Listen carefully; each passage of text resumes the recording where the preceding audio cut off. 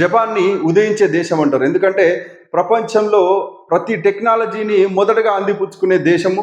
ఏదైనా సంస్కరణలు కానీ, ఆర్థిక సంస్కరణలు కానీ, టెక్నాలజీ కానీ, లేకపోతే అంతర్జాతీయ స్థాయిలో వివిధ అంశాలు, క్షిపణులు, మిగతా అన్ని టెక్నాలజీకి సంబంధించి జపాన్ ప్రపంచంలోకెల్లా ముందుంటుంది, ఫస్ట్ ఉంటుంది. కాబట్టి జపాన్ని ఉదయించే దేశం అంటారు. దానికి సంబంధించి ఒక వార్త మనం ఇక్కడ చూస్తున్నాం.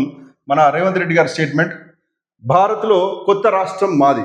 అత్యంత వేగంగా అభివృద్ధి చెందుతున్న తెలంగాణ మీకు హృదయపూర్వక స్వాగతం పలుకుతుంది. జపాన్ను ఉదయించే సూర్యుడి దేశం అని పిలుస్తారు. మా ప్రభుత్వ నినాదం తెలంగాణ రైజింగ్.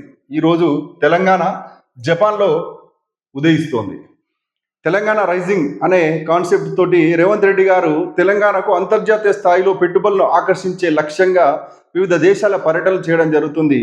దానిలో భాగంగా వారు అక్కడ రివర్ ఫ్రంట్ కూడా చూడడం జరిగింది. మూసీ రివర్ ఫ్రంట్ను ఎట్లా అభివృద్ధి చేయాలనే ఉద్దేశంతో అక్కడ రివర్ ఫ్రంట్ని కూడా ఆయన పర్యటించి అక్కడ కూడా చాలా విషయాలు తెలుసుకోవడం జరిగింది.